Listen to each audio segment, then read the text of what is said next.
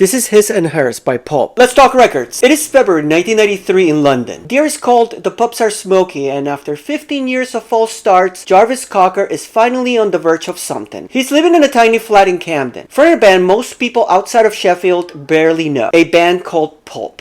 By then, the group had long been a fixture in the northern scene. They'd formed in 1978 when Jarvis was just 15, inspired by art rock, glam, and kitchen sink realism. Their debut, It, in 1983, and its darker follow-up, Freaks, in 1987, both went largely unnoticed. But through the late 80s and early 90s, their sound evolved. Disco-inflected rhythms, arch humor, and sharp observations of British working and middle-class life. Things began to change with 1992's Babies. First released on the intro, the Gift Recordings compilation, which gathered PULP's early singles for the Gift label. Suddenly, critics were paying attention, and soon after, Island Records came calling. PULP finally had a major label deal, and the chance to make the album they'd always dreamed of. They began recording His and Hers with producer Ed Buller. The first single, Lip Gloss, released in November 1993, set the tone, but it was Do You Remember the first time that truly captured their essence, peaking at number 33 on the UK singles chart. When His and Hers arrived on April 18th, 1994, Britpop was about to explode. The album climbed to number 9 on the UK albums chart, and critics raved. The album cover, shot by Kevin Westenberg, then illustrated by artist Philip Castle, presents the band in a tongue-in-cheek glamour shot, a parody of pop star imagery that perfectly captured PULP's ironic mix of glamour and grit. Beneath the shimmering synths and pop polish lay the heart of a band who had spent years on the margins, finally stepping into the spotlight. By this point, PULP were sharing bills with Suede, Blur, and Elastica, quietly becoming part of the movement that would soon be called Britpop. But unlike the working class swagger of Oasis or the art school cool of Blur, PULP offered something different, a sharp voyeuristic perspective on